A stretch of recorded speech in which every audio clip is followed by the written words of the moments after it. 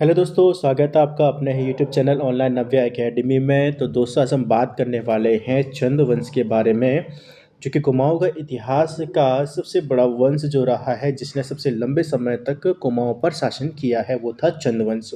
तो चंद वंश के बारे में हम यहाँ पे पढ़ रहे हैं, और चंद वंश के बारे में से पहले मैं आपको पास दूसरा वीडियो जो था वो लेके आ चुका हूँ। पहले दो वीडियोज़ हम पढ़ चुके हैं, जहाँ पे हमने दूसरे वीडियो में हमने थोरचंद से लेकर जैसे कि गरुड़ ज्ञानचंद हो गया, उद्यान चंद, भारती चंद तक उसे पढ़ा था। और उसमें हमने पढ़ा था कि किस प्रकार से भारती चंद ने, जो सोमचंद जो था, जब उसने चंद वंश की स्थापना की थी, तो वो डोटे के राजाओं को कर दिया करता था, और उससे पहले तक वही प्रथा चलती आ रही थी। लेकिन उस कर की दास्ता से मुक्त होने के लिए भारती चंद ने क्या कर दिया था, डायरेक्टली जो था उसने डोटी पर आक्रमण कर दिया था। और उस दास्ता जो, यानी कि जो दास्ता जो झेल रहे थे अभी तक चंद वंशी के राजा, उसको उसने वहाँ पर मुक्त करा दिया था। ठीक है, तो आज हम इससे आगे पढ़ेंगे, जहाँ जिसमें हम पढ़ेंगे चंद्रवंश के बारे में। आप थर्ड थर्ड पार्ट से पढ़ने वाले हैं, जहाँ पे हम पढ़ेंगे रत्नचंद के बारे में, कीर्तिचंद के बारे में, बालो कल्याण चंद के बारे में, और रुद्रचंद के बारे में। ठीक है, जो कि लगभग लगभग आपके पास है कि जैसे मैंने आपको पहले बताया था कि इसने, यानी कि जो कुमाऊं के चंद्रवंश जो है 62 वर्ष जो राजा जो है इसके रहे हैं, 62 जो हैं राजा इनके रहे हैं, जिनके बारे में यहाँ पे पढ़ने वाले हैं।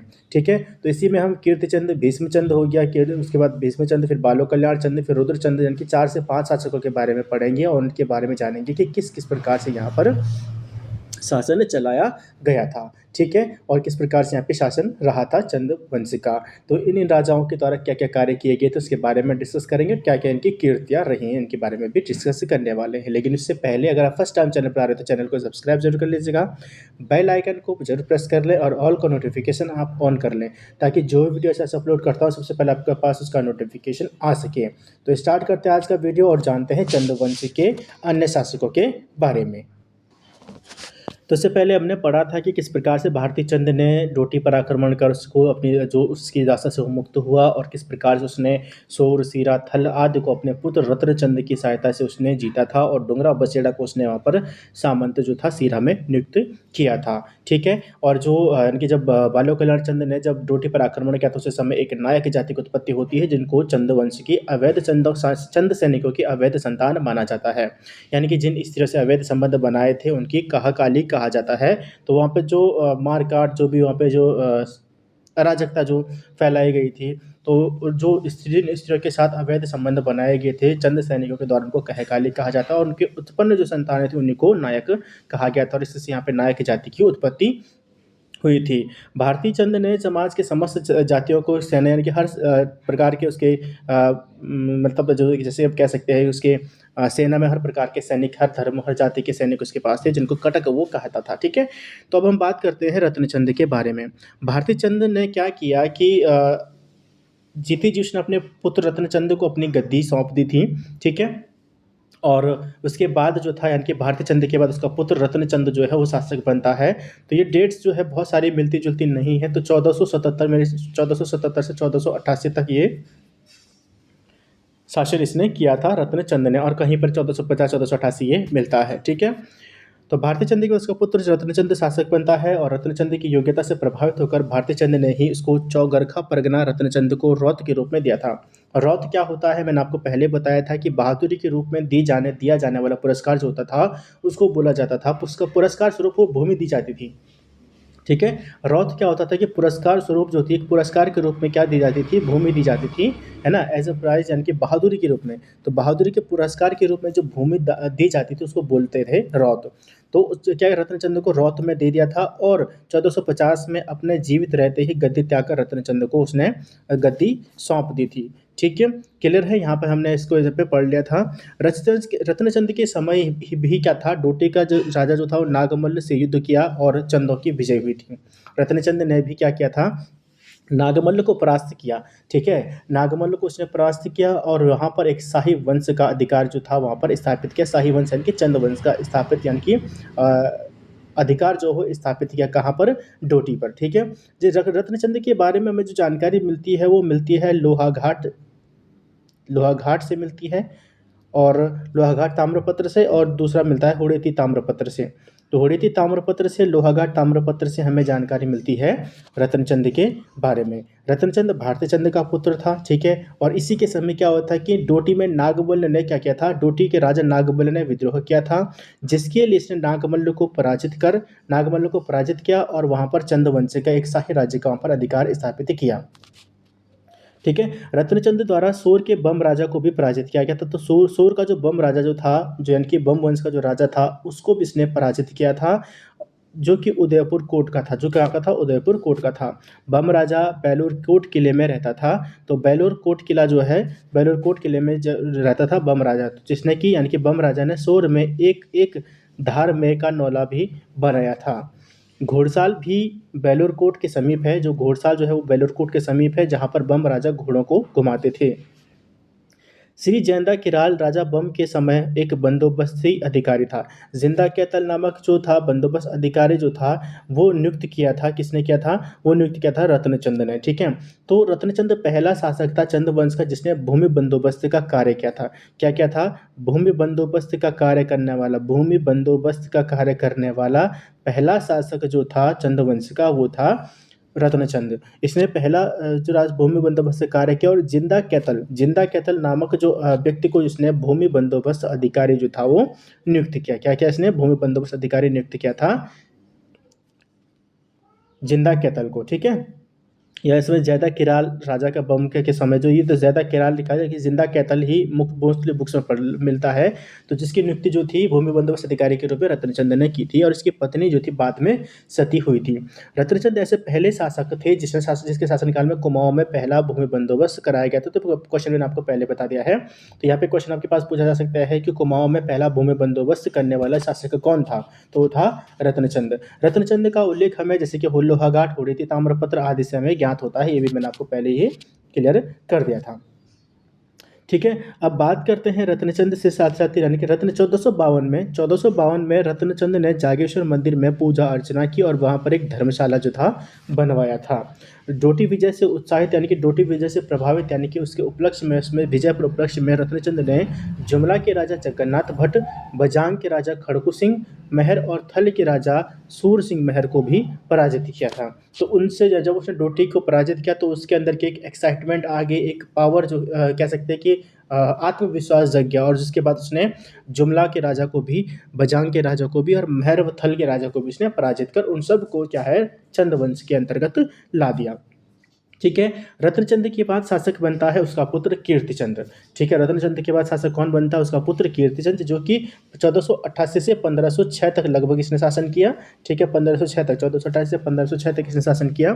कीर्तिचंद के समय डोटी के राज्य 1503, कहीं 1503 मिलता है, कहीं 1506 मिलता है। तो इसमें बहुत सारे कन्फ्यूजन है, इसको आप ध्यान मत रखिएगा कि कहाँ पे क्या चीज़ें हैं, तो क्योंकि इसमें हर बुक में अलग अलग चीज़ें मिलती हैं।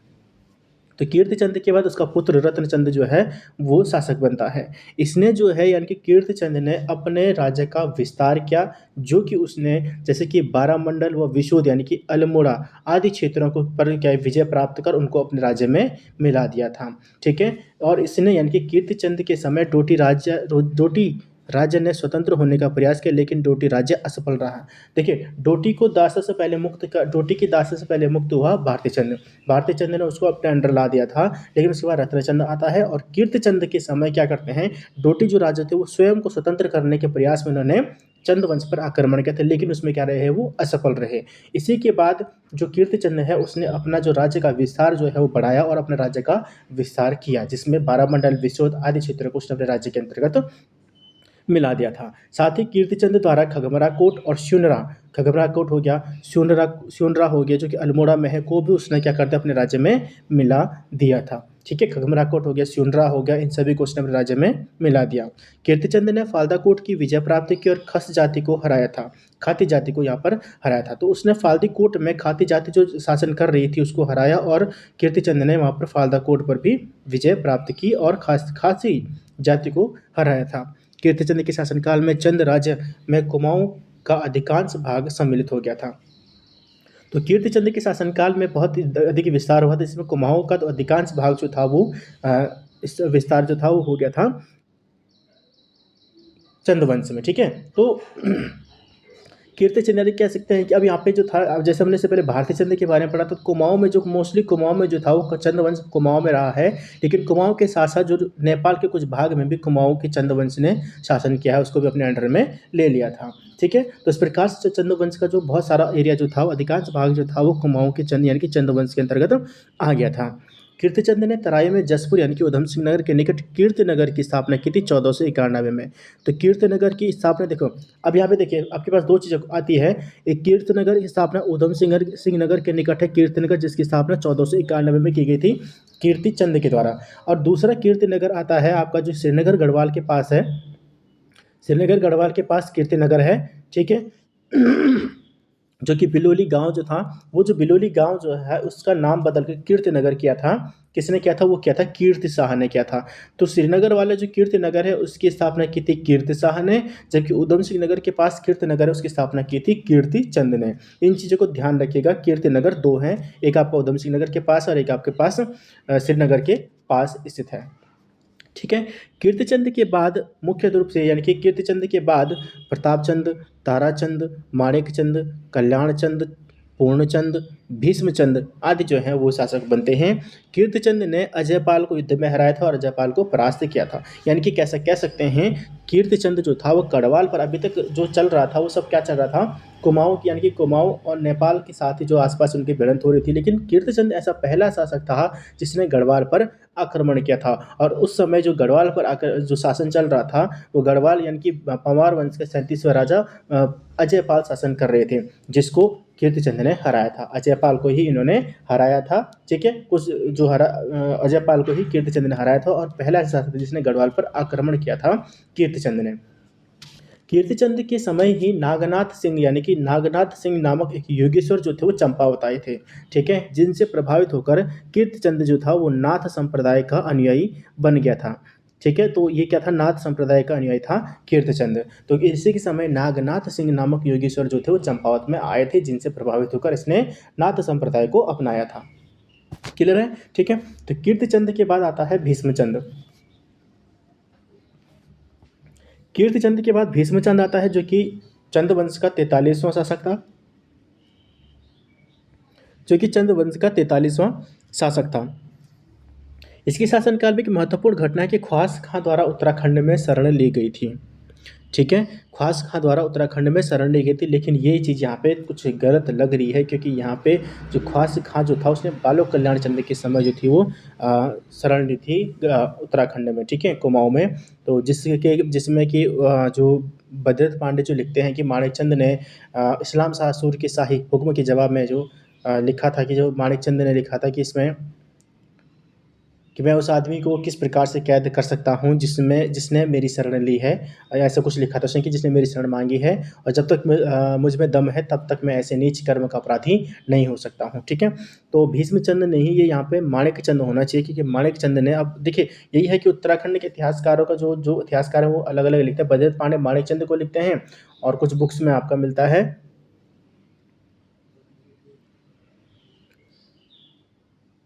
भीष्मचंद के बारे में। ठीक है, तो जो जो उत्तराखंड में शरण ली थी, और ये जो जानकारी मिलती है वो मिलती है तारिक दाऊदी में, जो कि श्री अब्दुल्ला ने किया था, जिसका वर्णन जो है अपनी पुस्तक अब्दुल्ला ने अपनी पुस्तक तारिक ए दाऊदी में किया हुआ है, कि ख्वास खां ने जो भीष्मचंद है उसके समय उसने गढ़वाल में यानी कि उत्तराखंड में शरण ली थी। ठीक है, ख्वास का कौन था? ख्वास खां जो था वो इस्लाम सूर का शत्रु था, जिस कारण से उसने क्या किया था, यहाँ पर भागकर वो आ गया था। इस्लाम शाह सूर जो था जो यहाँ पे आ गया था, तो फिर ख्वास खां भागकर उत्तराखंड आ गया था। तो फिर इस्लाम शाह सूर को जवाब दिया था माणिकचंद ने। भीष्मचंद ने अपनी राजधानी, सबसे पहले तो भीष्मचंद ने जो था उसने अल्मोड़ा की नींव डाली थी। ठीक है, और अपनी राजधानी जो थी बालो कल्याण चंद ने बनाई थी। ठीक है, तो भीष्मचंद ने, ये थोड़ा टाइपिंग करने में थोड़ा कुछ मिस्टेक हो लग रही है मुझे इसमें। ठीक है, तो भीष्मचंद ने, मैं आपको क्लियर कर देता कि भीष्मचंद ने जो था आलमनगर यानी कि अल्मोड़ा की नींव डाली थी, और अल्मोड़ा में उसने खगमरा किले की भी स्थापना की थी भीष्मचंद ने। ठीक है, राजधानी जो थी वो स्थानांतरित की थी बालो कल्याण चंद ने, क्योंकि अल्मोड़ा जो था वो बनकर तैयार नहीं हुआ था। उससे पहले जो था 1530 में भीष्मचंद्र की मृत्यु हो गई थी। ठीक है, तो भीष्मचंद्र की मृत्यु जब होती है तो उसके बाद जो था वो बालो कल्याण चंद्र के द्वारा अल्मोड़ा को राजधानी बनाया था। ठीक है, तो यहाँ पे सिर्फ भीष्मचंद्र ने क्या किया था, अल्मोड़ा की नींव डाली थी, अल्मोड़ा यानी कि आलमनगर की नींव डाली थी और वहाँ पर खगमरा किले की स्थापना की थी। लेकिन इसी बीच भीष्मचंद्र रामगढ़ यानी कि गागर के पास नैनीताल में उसकी हत्या कर दी गई थी। ठीक है, जो कि एक षड्यंत्र के तौर पर उसकी हत्या की गई थी, जो कि खसिया मुखिया के द्वारा की गई थी। ठीक है, तो इसके समय यानी कि कह सकते हैं, देखिए अब जैसे अगर अब बात करें तो 1512 से लेकर 1530 तक जो था वो भीष्मचंद्र शासन कर रहा था कुमाऊं पर। और गढ़वाल जो इनके भारत पर आक्रमण होता है बाबर का 1526 में, पानीपत का प्रथम युद्ध। तो ठीक है, यहाँ पे हम कह सकते हैं, आपके पास ये क्वेश्चन पूछा गया था कि बाबर के आक्रमण के समय निम्न में से कौन चंद्रवंश का शासक था। ठीक है, तो ये था आपका भीष्मचंद्र था। तो बाबर के आक्रमण के समय भीष्मचंद्र जो था वो कुमाऊं का शासक था और इसकी जो हत्या की थी वो गजवा नामक खस्या मुखिया ने किया था। ठीक है, तो गजवाठिया नामक खस्या मुखिया ने भीष्मचंद्र की षड्यंत्र से रचकर जो है उसकी हत्या कर दी थी। ठीक है, ये जो था वो खस जाति का जो यानी कि जो गजवाठिया जो था, गजवाठिया ये खस जाति का था। तो खस जाति का राजा श्री जो गजवाठिया ने क्या किया था, खगमरा किले पर चढ़ाई की और जब भीष्मचंद्र सोया हुआ था तो ऐसा कहते कि उस समय उसने उसकी हत्या कर दी थी। ठीक है, इसका हमें 1514 का एक ताम्रपत्र भी मिलता है, भीष्मचंद्र का 1514 का एक ताम्रपत्र भी देखने को मिलता है। अपने पिता यानी कि भीष्मचंद्र की हत्या, देखिए वैसे तो इसके कोई भी पुत्र नहीं थे, तो इन्होंने क्या किया था, भीष्मचंद्र ने क्या था, ताराचंद्र के पुत्र, जो ताराचंद्र इससे पहले जो शासक हमने पढ़े हैं, प्रतापचंद, ताराचंद, माणिकचंद, भीष्मचंद्र। ठीक है, तो ताराचंद्र के पुत्र को इसने गोद लिया था, इसके पुत्र नहीं थे, भीष्मचंद्र का कोई पुत्र नहीं था, तो इसने ताराचंद्र के पुत्र को गोद लिया था इसने। ठीक है, तो जब इसकी हत्या हो जाती है तो उस समय कल्याण चंद्र यानी कि डोटी राज्य में हुए विद्रोह को दबाने गया था। पिता की हत्या की खबर मिलती है, उसने डोटी राज्य से समझौता किया और वापस आकर गजवाठिया को मारकर अपने पिता की मौत का बदला ले लिया। ठीक है, तो जब इसकी मृत्यु हुई भीष्मचंद्र की, तो उस समय कल्याण चंद्र जो था वो डोटी राज्य में हुए विद्रोह को दबाने यानी कि वहाँ पर उसको सुलझाने गया था। और जब उसे पिता की खबर मिलती है तो उसने वहाँ पर डोटी राज्य से समझौता किया और वापस आकर जो अपने पिता के हत्यारा गजवाठिया को मारकर अपने पिता की मौत का बदला ले लिया। भीष्मचंद्र चंपावत से शासन करने वाला अंतिम नरेश था। ठीक है, अब क्यों अंतिम नरेश था, क्योंकि इसके बाद जो बालो कल्याण चंद्र आता है वो अपनी राजधानी जो वो कहाँ ले जाता है, अल्मोड़ा ले जाता है। यानी कि अंतिम चंपावत में जो राजधानी के रूप में जो रहा है वो कौन रहा है, भीष्मचंद्र रहा है। ठीक है, तो भीष्मचंद्र जो था वो चंपावत से शासन करने वाला जो था वो अंतिम राजा रहा था। ठीक है, क्लियर है। चलिए आगे बढ़ते हैं।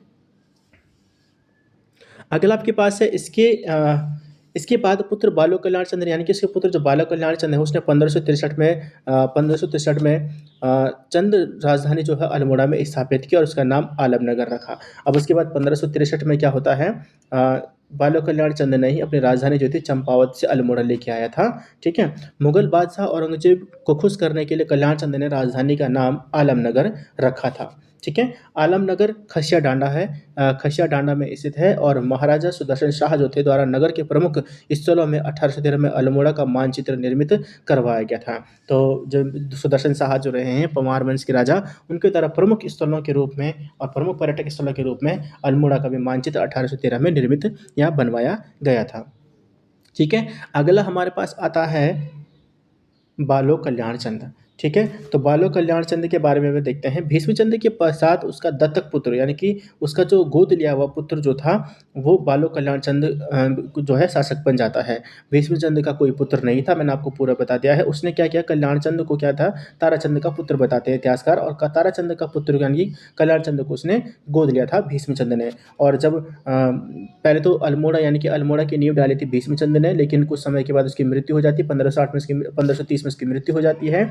उसके पश्चात उस कार्य यानी कि अल्मोड़ा नगर के कार्य को जो था पूरा करवाया था बालो कल्याण चंद्र ने, और फिर उसने अपनी राजधानी बनाई बालो कल्याण चंद्र ने अल्मोड़ा को 1563 में, जो कि चंद्र वंश के पतन तक राजधानी बनी रही। जब तक चंद्र वंश चलता है तब तक इसकी यानी कि कब तक 1790 तक जब गोरखा का आक्रमण होता है तब तक इसकी राजधानी जो बनी रही है। तो प्रारंभिक राजधानी जो है चंद्र वंश की कौन थी, चंपावत, और दूसरी राजधानी कौन रही है, वो रही है अल्मोड़ा। ठीक है, अल्मोड़ा स्थित मल्ला महल और लाल मंडी या फोर्ट मोइरा का किला जो है वो बालो कल्याण चंद द्वारा बनाया गया। तो क्वेश्चन पूछा गया है कि फोर्ट मोइरा या लाल मंडी का किला जो किसने बनाया, बालो कल्याण चंद ने बनाया है, और मल्ला महल भी बालो कल्याण चंद ने बनवाया था।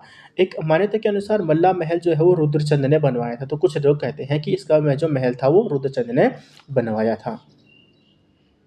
ठीक है। बालो कल्याण चंद ने दानपुर क्षेत्र पर आक्रमण किया और उस पर अपना अधिकार कर लिया था। तो दानपुर क्षेत्र जो है उस पर उसने अधिकार कर लिया था, और बालो कल्याण चंद के समय ही चंद राज्य की सीमा जो है भोटांतिक राज्य की सीमा को लग गई। तो भोटांतिक राज्य जो है वहाँ पर भी जो उनकी सीमा जो है वो विस्तार हुआ, और भोटांतिक राज्यों में भी इनकी सीमा जो है वो स्पर्श यानी कि आगे बढ़ने लगी और विस्तार होने लगा। स्वभाव मल्ल की चंदों से वैवाहिक संबंध स्थापित कर अपनी पुत्री का विवाह बालो कल्याण चंद के साथ कर दिया और दहेज में उसको सोर क्षेत्र दे दिया। अब यहाँ पे जो था यानी कि जो डोटी जो मल्ल राजा जो था, मल्ल वंश के राजा जो थे, यानी कि जो शोभा मल्ल जो था, मल्ल वंश का राजा शोभा मल्ल जो था, इसने क्या किया कि अपनी पुत्री का विवाह कर यानी कि अपने वैवाहिक संबंधों से अपने राज्य का विस्तार किया, यानी कि संबंध अच्छे रखने के लिए। डोटी का जो राजा था, मल्ल वंश का राजा जो था, उसने अपने संबंध अच्छे रखने के लिए, ताकि बार बार आक्रमण न करना पड़े, ऐसा आक्रमण ना हो, तो अपने संबंधों को अच्छे रखने के लिए उसने बालो कल्याण चंद से अपनी पुत्री का विवाह कर दिया। ठीक है। अपनी पुत्री का विवाह किया और बालो कल्याण चंद के साथ कर दिया, और उसको दहेज में क्या किया, सोर क्षेत्र दे दिया। अब सोर क्षेत्र जब उसको दिया, लेकिन लेकिन यहाँ पे ट्विस्ट ये आता है कि बालो कल्याण चंद जो सोर के साथ साथ वो चाहता था कि उसको सीरा भी मिल जाए। ठीक है। तो शोभामल्ल ने सीरा का राज देने से मना कर दिया। जब वो चाह रहा था कि सीरा भी उसको चाहिए, तो उसने मना कर दिया। शोभामल्ल ने मना कर दिया और कहा कि सीरा जो है वो राज्य का मेरा सिर है, चाहो तो सौर ले लो। तो यानी कि उन्होंने सौर तो दे ही दिया था, लेकिन बालो कल्याण चंद चाहता था कि सीरा भी उसे मिल जाए। तो जिसके बाद उसे प्राप्त करने के लिए, अपने पिता की इच्छा पूरी करने के लिए, बालो कल्याण चंद का पुत्र जब रुद्रचंद शासक बनता है, तो उसने 7 बार यानी कि सोर क्षेत्र पर जो था उसने आक्रमण किया था। ठीक है। इसके बारे में आगे पढ़ेंगे अभी। तो शोभामल्ल ने जो था सीरा देने से उसको मना कर दिया। उसने कहा कि सीरा जो है वो राज्य का सिर के समान है, तो चाहो तो आप सोर ले लो, लेकिन मैं सीरा नहीं दूंगा। इसके समय गंगोली में मणकोटी जो राजा जो था, मणकोटी वंश का राजा जो था नारायण चंद था। तो कल्याण चंद ने गंगोली पर विजय प्राप्त की और मणकोटी राज्य को भी चंद वंश में मिला दिया। ठीक है। तो बालो कल्याण चंद के समय ही मणकोट राज्य पर आक्रमण किया बालो कल्याण चंद ने, और उसको भी अपने राज्य में मिला दिया। उस समय वापस शासक था नारायण चंद, जो कि गंगोली पिथौरागढ़ में शासन कर रहा था मणकोटी वंश। मणकोटी वंश का संस्थापक था कर्मचंद। मणकोटी वंश का संस्थापक कौन था? कर्मचंद था। लेकिन उस समय शासक कौन कर रहा था? बालो कल्याण चंद के समय नारायण चंद शासक कर रहा था, और ये कर रहे थे गंगोली पिथौरागढ़ में। और इस पर यानी कि मणकोटी राज्य पर आक्रमण कर बालो कल्याण चंद ने मणकोट राज्य को भी अपने राज्य में मिला दिया था। कल्याण चंद ने मणकोट के उपरेती और पंतों को अल्मोड़ा में राज्य कर्मचारी बनाया था, और इसने भीष्मचंद का मौत का बदला गजवा से लिया और 1560 में उसकी हत्या कर दी थी। हमने पहले पढ़ लिया है कि अपने पिता की मौत का बदला लेने के लिए इसने गजवा राठिया को ही इसने क्या कर दिया था? मार दिया था। उसकी अपने पिता के हत्यारे को मार दिया था। ठीक है। तो ये आपके पास कुछ प्रमुख चीज़ यहाँ पे आती है, जैसे कि 1581 में क्या होता है कि 1581 में इसने 1581 में, यानी कि जो अब हम आगे पढ़ेंगे, वैसे रुद्रचंद के बारे में हम आगे पढ़ेंगे, उसको डिस्कस करेंगे। तो जैसे मैंने आपको पहले बताया कि अपने पिता यानी कि जो डोटी के जो मल्ल राजा शोभा मल्ल जो था उसने अपनी पुत्री का बालो कल्याण चंद के साथ किया, और उसने उसको सोर प्रांत दे दिया। लेकिन बालो कल्याण चंद चाहता था कि उसे सीरा भी मिल जाए, लेकिन उसे देने के लिए शोभामल्ल ने मना कर दिया था। जिस कारण अपने पिता की इच्छा को पूरी करने के लिए रुद्रचंद ने सीरगढ़ पर, यानी कि सीरा यानी कि सीरगढ़ के किले पर, सीरगढ़ के किले पर उसने 7 बार आक्रमण किया, और अंततः 1581 में 8वीं बार जब आक्रमण किया, तो उससे सेनापति पुरुषोत्तम पंत की सहायता से उसने उसे जीत लिया था। ठीक है। अब बालो कल्याण चंद के बारे में हमने आगे पढ़ा कि इसने लाल मंडी के किला फोर्ट मोइरा बनाया था, जो कि अल्मोड़ा में स्थित है। और अल्मोड़ा में ही एक और किला है, नेला पोखर। तो नेला पोखर का किला जो है वो भी बनाया था कल्याण चंद ने। बालो कल्याण चंद ने ही नेलापुर किले को भी यहाँ पे बनाया था। ठीक है। तो बद्रीदत्त पांडे कहते हैं कि खास खां जो था वो माणिक चंद के समय, जैसे मैंने आपको पहले बताया कि माणिक चंद के समय ही उसने क्या किया था? शरण ली थी, कुमाऊं में शरण ली थी। ठीक है। अब यहाँ पे बालो कल्याण चंद पहला शासक था जिसने कि स्थानीय स्वायत्तता स्थानीय स्वायत्ता एवं पंचायती पद्धति जो है वो लागू की थी। स्थानीय स्वायत्ता एवं पंचायती पद्धति लागू करने वाला पहला चंद शासक जो था वो आपका रहा है बालोक कल्याण चंद। जबकि सोमचंद के बारे में जैसे बताते हैं कि सोमचंद ने क्या किया था, बोड़ो एवं सैनिकों की नियुक्ति की थी और पंचायती राज व्यवस्था को भी उसने यहाँ पे का जनक भी जो है सोमचंद को कहा जाता है। लेकिन स्थानीय स्वायत्ता या पंचायती राज पद्धति जो है या पंचायती पद्धति जो है वो लागू की थी बालोक कल्याण चंद ने। ठीक है। अब एक और यहाँ पे आता है कि एक और पॉइंट यहाँ पे आता है कि महाराष्ट्र के लेखक हुए हैं अनंत देव। अनंत देव एक लेखक हुए हैं, अंत देव जो है वो एक लेखक हुए हैं महाराष्ट्र के, जिन्होंने अपने ग्रंथ जो है जिन्होंने अपने ग्रंथ जो है स्मृति कौतुंब जिन्होंने अपने ग्रंथ स्मृति कौतुंब में एक रचना लिखी है। स्मृति कौतुंब में इसने बालोक कल्याण चंद को प्रजा का हितैषी कहा है। तो महाराष्ट्र के लेखक अनंत देव हुए हैं जिन्होंने अपने ग्रंथ स्मृति कौतुंब में कल्याण चंद को प्रजा का हितैषी बताया है। ठीक है, क्लियर है। तो ये था आपके पास किसके बारे में, बालोक कल्याण चंद के बारे में। ठीक है, आगे हम देखते हैं रुद्रचंद के बारे में। बालोक कल्याण चंद के बाद उसका पुत्र जो था वो रुद्रचंद जो है वो शासक बनता है और रुद्रचंद जो है वो गद्दी पर बैठता है बालोक कल्याण चंद के बाद। ठीक है, जो कि 45वां शासक था, जो कि क्या था, 45वां शासक जो था, चंद वंश का 45वां शासक था और एक स्वतंत्र शासक था। अब इसके पास न डोटी का झंझट था, न शोर प्रांत का कोई डर था, क्योंकि वहाँ पे उससे संबंध स्थापित हो गए थे। डोटी को ऑलरेडी पहले भारतीय चंद हरा चुका था। बाद में जिन भी डोटी के वंशों के शासकों ने जो भी उन्होंने प्रयास किए भी थे चंद वंश को हराने के, लेकिन वो भी असफल रहे थे। तो एक क्या होता है कि स्वतंत्र रूप में शासन करने बैठा था। ठीक है, तो बालोक कल्याण चंद के बाद रुद्रचंद शासक बनता है, जो कि सभी चंद वंश के सभी शासकों में, राजाओं में श्रेष्ठ विद्वान, शिक्षा प्रेमी एवं दानी राजा था। सबसे इंटेलिजेंट था, विद्वान था, शिक्षा प्रेमी था और दानी राजा जो था वो था रुद्रचंद था। इसके समय हुसैन खां काठ एवं गोला यानी कि शाहजहांपुर का नवाब जो था ने तराई क्षेत्र पर अधिकार कर लिया और रुद्रचंद व तराई पर हमला कर लिया। ठीक है, और रुद्रचंद के समय ही क्या हुआ कि जो हुसैन खां जो था, हुसैन खां काठ एवं गोला जो कि शाहजहांपुर का नवाब था, गोला, इन दोनों ने तराई क्षेत्र पर आक्रमण किया। यानी कि तराई क्षेत्र बोले तो यानी कि रुद्रचंद पर आक्रमण किया। रुद्रचंद और उसके अंडर तराई क्षेत्र आता था, तो तराई क्षेत्र पर भी उन्होंने आक्रमण किया था। हुसैन खां की टुकड़ियों ने तराई क्षेत्र पर जो था 1568 में उन्होंने पहला आक्रमण किया और दूसरा 1575 में आक्रमण किया था। ठीक है, रुद्रचंद जो था वो अकबर के समकालीन थे। अकबर के समकालीन अगर बात करें, रुद्रचंद के कार्यकाल की बात करें, तो ये 1565 से यानी कि 1568 लिखा हुआ यहाँ पे, तो 1565 से 1597 तक, ठीक है, इसने शासन किया। 1565 से 1597 तक रुद्रचंद ने शासन किया। अब देखो 1565 और जो अकबर है उसका कार्यकाल होता है 1556 से 1605 तक। 1556 से 1605 तक जो है वो रहा है अकबर। ठीक है, तो यानी कि अकबर के समकालीन ही क्या था, रुद्रचंद जो था वो शासन कर रहा था। तो प्रारंभ में क्या होता है कि स्वतंत्र राजा था, लेकिन बाद में इसने अकबर की अधीनता स्वीकार कर ली थी। ठीक है, अकबर की अधीनता इसने स्वीकार की थी 1587 में। इसने क्या करता था, अकबर की अधीनता स्वीकार कर ली थी किसने, रुद्रचंद ने। कब, 1587 में। ठीक है, और अकबरनामा के अनुसार रुद्रचंद की भेंट जो हुई थी 1588 में जो हुई थी अकबर से हुई थी, जो कि लाहौर में इसकी भेंट हुई थी 1588 में अकबर से रुद्रचंद की। इसके बारे में पता चलता है अकबरनामा से। ठीक है, अगला हम देखते हैं 1588 में रुद्रचंद मुगल बादशाह अकबर से भेंट करने लाहौर गया था। इसने अकबर को तिब्बती याक यानी कि झुप्पू जिसको बोलते हैं, तिब्बती याक, कस्तूरी हिरणों की खाल जो थी वो भेंट की थी। ठीक है, इस घटना उल्लेख हमें जहांगीर की आत्मकथा तुजुक ए जहांगीरी में पता चलती है। तो इसके बारे में भी जो जानकारी मिलती है वो मिलती है तुजुक ए जहांगीरी में भी मिलती है और अकबरनामा में भी मिलती है।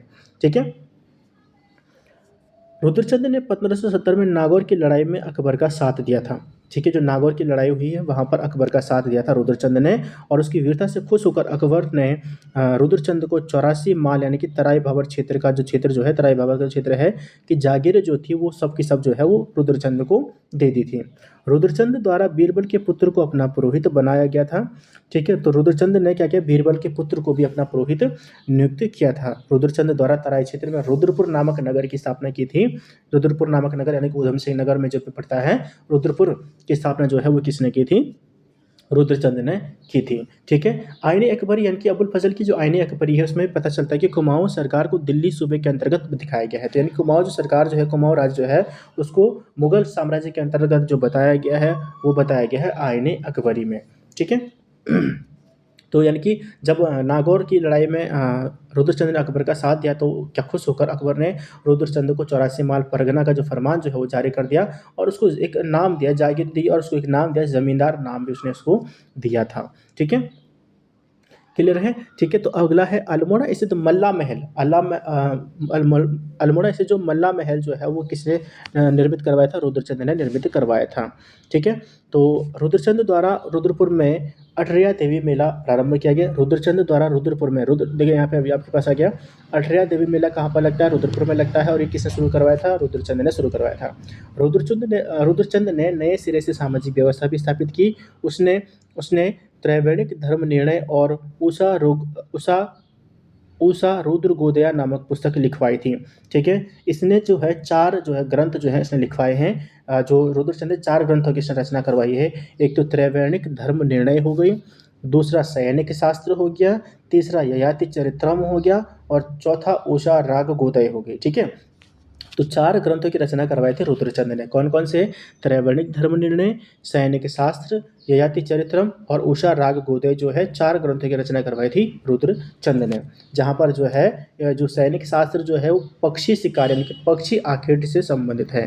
त्रैवर्णिक धर्म निर्णय पुस्तक में द्विज अर्थात ब्राह्मण मात्र के लिए धार्मिक व सामाजिक व्यवस्था दी गई और ब्राह्मणों के गोत्र और उनके पारस्परिक संबंधों का वर्णन किया गया। रुद्रचंद द्वारा ही क्या किया गया? चौथानी ब्राह्मण और औली ब्राह्मणों के वर्गों को बनाए गए। इसने क्या किया? चौथानी ब्राह्मण और औली ब्राह्मणों के वर्ग बनाए थे, जिनका यानी कि औली जो ब्राह्मण जो थे इनका काम जो था औली पड़ने पर थाली बजाकर सभी को सतर्क करना था, औली ब्राह्मणों का कार्य। ठीक है, क्लियर है। अगला है गढ़वाल के सरोला ब्राह्मणों की भांति कुमाऊं में ऊंचे ब्राह्मणों की मंडली बनाई गई, बनाई जो परस्पर विवाह कर सकते थे, जो परस्पर यानी कि जो विवाह कर सकते थे, परस्पर विवाह कर सकते थे। जो सरोला ब्राह्मणों की भांति जो इन्होंने वहाँ पर जो यानी कि जैसे गढ़वाल में सरोला ब्राह्मण होते हैं उसी प्रकार से रुद्रचंद ने कुमाऊं में चौथानी ब्राह्मणों की एक मंडली बनाई थी। ब्राह्मण ऊंचे ब्राह्मणों की बनाई की चौथानी ब्राह्मणों की उसने मंडली बनवाई थी जो परस्पर विवाह कर सकते थे। ठीक है, चौथानी ब्राह्मण जो होते थे उसके नीचे आते थे पंचबड़ीय यानी कि तिथानी पंचबड़ीय या तिथानी ब्राह्मण, और उनके नीचे आते थे हलीय या पितलीय ब्राह्मण। ठीक है, तो ये अलग अलग हो जाए। पहले तो आपके पास चौथानी ब्राह्मण, फिर पंचबड़ीय या तिथानी ब्राह्मण, फिर हलीय या पितलीय ब्राह्मण आते थे। रुद्रचंद के समय में ही गुरु पुरोहित वैद्य पौराणिक सईस घोड़े की देखरेख करने वाला जो होता था राजकुली, पहरी, बाजदार, बजनिया, टमटा आदि पद निर्धारित किए गए थे। तो ये इसके पदाधिकारी थे जिसमें गुरु पुरोहित वैद्य पौराणिक सहीस यानी कि घोड़े की देखरेख करने वाला राजकोली, पहरी, बाजदार, बजनिया, ठीक है, टमटा आदि जो थे। और इनके लिए जो कर जो थे ये इन सब की जो सैलरी वगैरह आती थी वो करों से आती थी।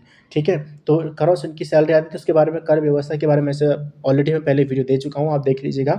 और फिर दोबारा वीडियो दे दूंगा इसके बाद, क्योंकि चंद्रवंश चल रहा है तो प्रशासनिक व्यवस्था से पढ़ेंगे तो कर व्यवस्था इसमें पढ़ेंगे, तो फिर से उसकी वीडियो देने वाले हूँ। ठीक है, तो इन सबकी जो सैलरी आती थी वो करों से आती थी। तो इसी प्रकार के कर जो थे वो लगाए गए थे जनता पर।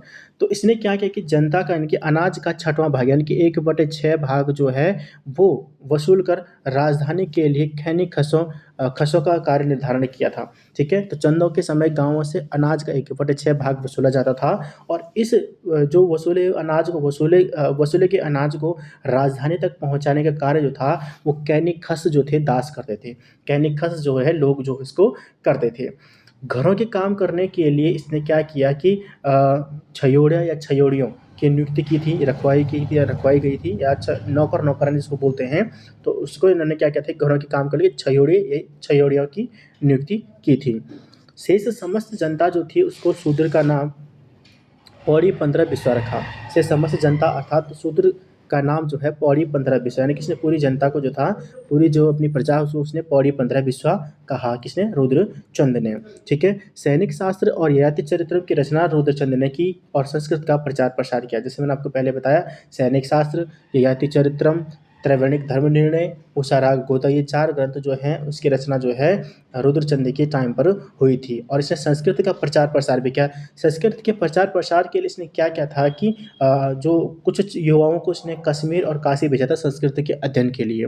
ठीक है? इस प्रकार से इसने इसका प्रचार प्रसार किया था। ठीक है? सैनिक शास्त्र जो है वो आपका जो मैंने आपको पहले बताया पक्षी आख्या से संबंधित है।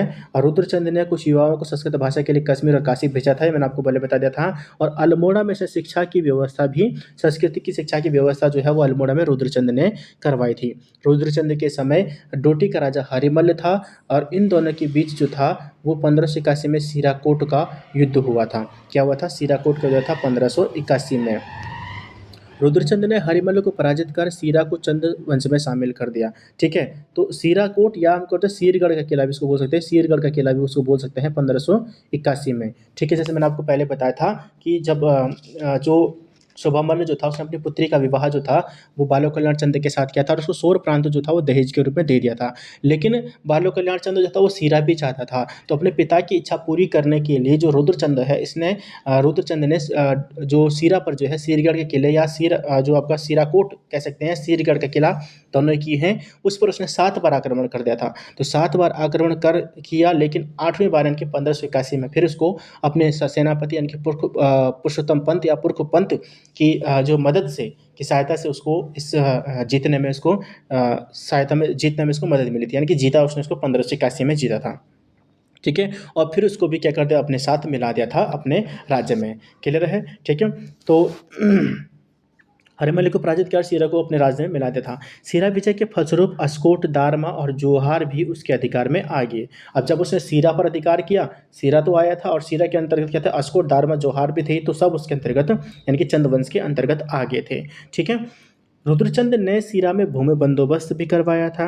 रुद्रचंद ने सीरा में भूमि संबंधित दस्तावेज भी बनवाए थे।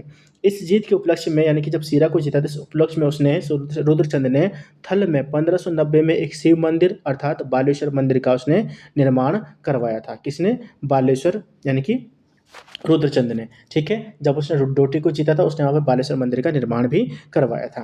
रुद्रचंद द्वारा पुरुषोत्तम पंत को पुरस्कृत किया गया और इसका योग्यतम सेनापति था, जिसने सीरा को जीतने में महत्वपूर्ण भूमिका निभाई थी। मैंने आपको पहले बताया है कि जो पुरुषोत्तम पंत जो था वो उसका योग्य सेनापति था और इसकी सहायता से ही उसने जो सीरा को जीता था। रुद्रचंद का प्रसिद्ध सेनापति पुरुषोत्तम पंत जो था वो बधानगढ़ के युद्ध में को जीतने में मारा गया था, यानी कि बधानगढ़ के युद्ध 1581 में ही बधानगढ़ का युद्ध भी होता है। उसमें जो था पुरुषोत्तम पंत यानी कि पुरख पंत जो है वो मारा गया था। बधानगढ़ का युद्ध जो था वो 1581 में रुद्रचंद और बलभद्र शाह के बीच हुआ था। बधानगढ़ या ग्वालदम का युद्ध इसको बोल सकते हैं। ठीक है? इसी बीच में क्या हुआ था, पुरुषोत्तम पंत मारा गया था। बधानगढ़ पर उस समय कत्यूरी राजा सुखदेव मिश्र का शासन था। तो बधानगढ़ जो था उस पर जो था कत्यूरी राजा सुकालदेव और सुखदेव मिश्र का शासन था। पुरुषोत्तम पंत के मौत के बाद रुद्रचंद ने सुकालदेव की भी हत्या कर दी थी। ठीक है? यानी कि कत्यूरी राजा जो सुकालदेव की उसने यहाँ पर हत्या कर दी थी। रामदत्त पंडित की सलाह पर उन्होंने चंपावत के बालेश्वर मंदिर का निर्माण किया। रामदत्त पंडित की समाधि बालेश्वर मंदिर के निकट ही स्थित है। ठीक है? तो चंपावत में बालेश्वर मंदिर के जो निर्माण करवाया था वो करवाया गया था किसके द्वारा? रुद्रचंद के द्वारा करवाया गया था जब उसने सीरा को जीता था। ठीक है? क्लियर है? तो यहाँ पे आपके पास अगर यहाँ पे बात करें तो पुरुषोत्तम पंत की, जैसे मेरे पास यहाँ पे आया है पुरुषोत्तम पंत जो है, तो पुरुषोत्तम पंत का जो उपनाम है वो पुरख पंत है, जो कि पिथौरागढ़ का रहने वाला था। और ऐसा कहा जाता है कि मराठी ब्राह्मण जो था जयदेव का पुत्र था। तो पुरुषोत्तम पंत को कुमाऊं का रॉबर्ट ब्रूस कहा जाता है। कुमाऊं का रॉबर्ट ब्रूस पुरुषोत्तम पंत को माना जाता है, जो कि रुद्रचंद का सेनापति था। और सीरागढ़ को किले को जीतने में इसने या हरिमल्ल को भगाने में जो था पुरुषोत्तम पंत का मुख्य योगदान रहा है। ठीक है? और ग्वालदम के युद्ध में जो था, जो कि ग्वालदम का युद्ध जो 1681 में होता है, 1581 में सॉरी, रुद्रचंद और बलभद्र शाह के बीच हुआ था, उसमें पुरुषोत्तम पंत जो था वो मारा गया था। तो पुरुषोत्तम पंत का उपनाम पुरख पंत क्वेश्चन पूछा गया है। कुमाऊं का रॉबर्ट ब्रूस पुरुषोत्तम पंत, ये भी क्वेश्चन पूछा गया है। 1581 ग्वालदम का युद्ध किस किस के बीच में क्वेश्चन पूछा जा चुका है, आगे भी पूछे जा सकते हैं। ठीक है? अब इसके बाद जो था यानी कि जब पुरुषोत्तम पंत की मृत्यु होती है या जो रुद्रचंद की बात करते हैं, तो रुद्रचंद जो था मतलब रुद्रचंद जो इतिहास का यानी कि विश्व के इतिहास का पहला ऐसा शासक था जिसने स्वयं जो था मल्ल युद्ध में उतरकर राज्य का अपना विस्तार किया था। ठीक है? अब रुद्रचंद के पुत्र जो रहे हैं वो 2 पुत्र इसके थे। बड़ा पुत्र था इसका शक्ति गोसाई। बड़ा पुत्र कौन था? शक्ति गोसाई था। और छोटा पुत्र जो छोटा पुत्र था इसका वो था लक्ष्मीचंद। अब क्या था कि लक्ष्मीचंद जो शक्ति गोसाई था वो जन्म से ही अंधा था। तो जन्म से ही अंधा था, जिसको कुमाऊँ का धृतराष्ट्र भी बोलते हैं, ठीक है? तो लक्ष्मीचंद का बड़ा भाई बोल सकते हैं ना, बड़ा भाई तो हुआ ही वो। तो कुमाऊँ का धृतराष्ट्र बोला जाता है शक्ति गोसाई को, क्योंकि जन्म से ही अंधा था। जिस कारण क्या हुआ कि इसके छोटे भाई यानी कि रुद्रचंद के छोटे बेटे यानी कि लक्ष्मीचंद जो है रुद्रचंद के बाद शासक बनता है, ठीक है? तो वीडियो बहुत ज़्यादा लंबा हो गया है, तो आई होप सो आपको वीडियो पसंद आया होगा। वीडियो कैसा लगा कमेंट बॉक्स में ज़रूर बताएं और इसे ज़्यादा से ज़्यादा शेयर करें, ठीक है? लेकिन जो आपका जो वीडियो है इससे बाद जो है लक्ष्मीचंद से आगे का वीडियो जो हम आगे पढ़ेंगे, ठीक है? और इस वीडियो को आप को लाइक शेयर ज़रूर करिएगा और चैनल को सब्सक्राइब जरूर कर लीजिएगा और मिलते हैं जल्दी नई वीडियो के साथ। तब तक के लिए जय हिंद, जय भारत।